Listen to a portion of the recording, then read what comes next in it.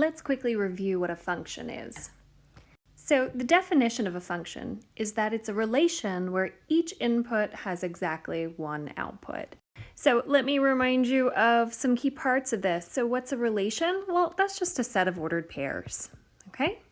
Now each input, your input, remember, is also called your domain, and the output is known as your range.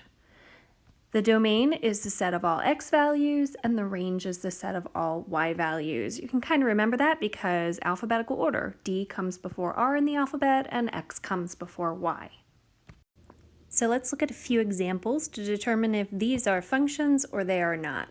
So in this first one at the top of your screen, 3 ordered pairs, what jumps out at me is the y value is repeated 3 times as an 8. But that's fine. It's really your x values that you're looking at because each input can produce exactly one output. It's fine that the y values are repeated over and over. So this one here is a function. Okay, the next one. So again, I'm looking at this and I'm looking to see, do I have any x values that are repeated? So there's no other 7, but I see 9 is there twice. So here it violates the definition. 9 outputs both a -1 and a 0. So this is not a function. This is a mapping. So with mappings, the easy thing to look at is your domain values here, the x. And you see this 2?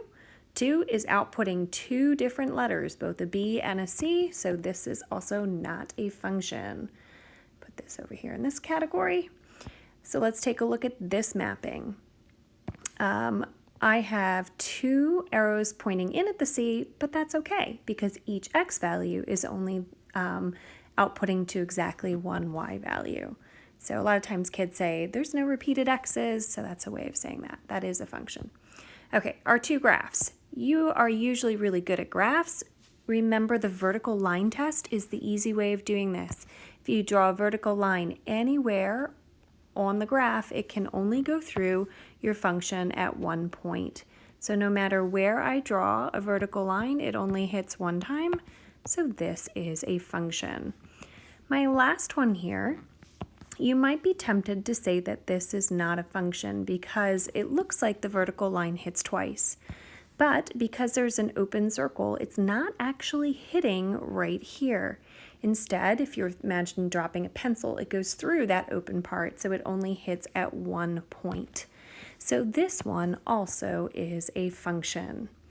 Okay, there's a quick review of what a function is and what it is not.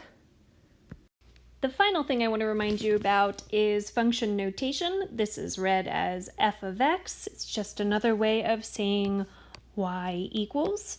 So it represents any type of function that would pass your vertical line test. So perhaps it's 5x equals 3x minus 1. This would be linear. So if you are asked to find f of 2, this simply means that you are substituting a 2 everywhere that there is an x in the original.